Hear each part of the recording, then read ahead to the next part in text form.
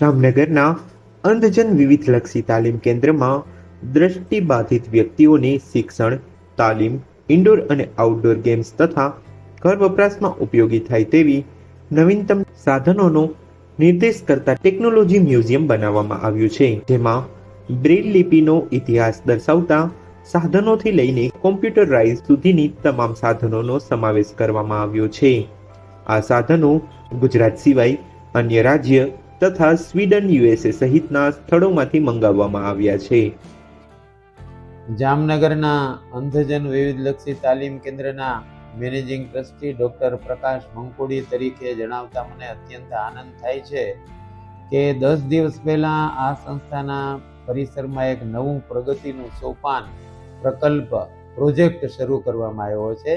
જે પ્રોજેક્ટ અંતર્ગત દ્રષ્ટિહીન વ્યક્તિઓના જીવનમાં ક્ષતિઓનું પ્રમાણ ઘટાડવા માટે એને સૌની સાથે હાલતા ચાલતા અને દોડતા કરવા માટે જે પ્રકારના સાધનો વપરાય છે એ સાધનોનું નિદર્શન કરાવવા માટે technical museum for the blind શરૂ કરવામાં આવ્યું છે.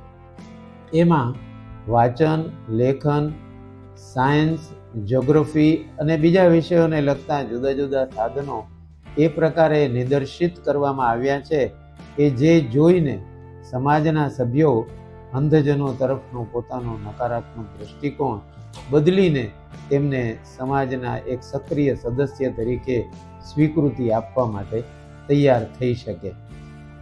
થોડા સમય પહેલા જ જામનગરમાં અંધજન વિવિધલક્ષી તાલીમ કેન્દ્રમાં અનોખા મ્યુઝિયમને મુલાકાતીઓ માટે ખુલ્લું મૂકવામાં આવ્યું છે. પ્રજ્ઞાચક્ષુની નાની નાની બાબતોએ કોઈની મદદ ન લેવી પડે તે હેતુથી સાધનોનું સંશોધન થયું છે. જો કે આગામી સમયમાં નવા સાધનોનો સમાવેશ પણ કરવામાં આવશે. પ્રજ્ઞાચક્ષુઓ સામાન્ય માણસની જેમ ક્રિકેટ અને ફૂટબોલ જેવી રમત સરળતાથી રમી શકે તે માટે ક્રિકેટ અને ફૂટબોલનો સાઉન્ડ બોલ પણ આ મ્યુઝિયમમાં ઉપલબ્ધ છે. આ ઉપરાંત લૂડો, સાપસીડી, ચેસ, બ્રેલ લિપિવાળા વગેરે સાધનોનું નિદર્શન કરવામાં આવ્યું છે. આ સંસ્થા છેલ્લા 55 વર્ષથી જામનગરમાં કામ કરે છે અને વીતેલા વર્ષોમાં લગભગ 1800 નેત્રહીનો અહીંયા શિક્ષિત અને પ્રશિક્ષિત થઈને સમાજના જુદા જુદા ક્ષેત્રોમાં એક સક્રિય સદસ્ય તરીકે ગોઠવાયા હોવાનું જણાવતા આનંદ થાય છે.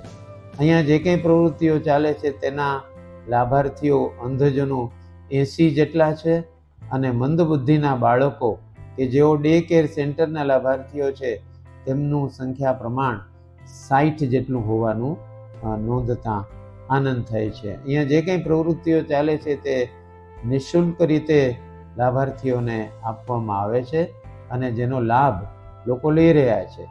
એટલી જ અપીલ કરી શકાય કે જે તકલીફવાળા છે અને આ સંસ્થામાં ચાલતી પ્રવૃત્તિઓથી લાભાન્વિત થઈ શકે છે તેમને આ સંસ્થાના અસ્તિત્વની જાણ થાય તો વધુ ને વધુ લોકો અહીંયા આવે અને ચાલતી પ્રવૃત્તિઓથી લાભાન્વિત થઈ શકે.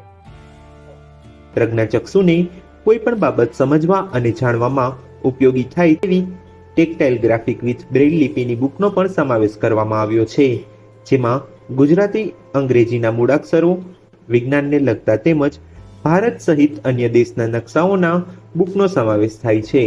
સ્માર્ટ વિઝન ચશ્માનો ઉપયોગ મોબાઈલ સાથે કનેક્ટ કરીને કરાય છે, જેમાં આજુબાજુમાં પડેલી વસ્તુઓની માહિતી મળે છે.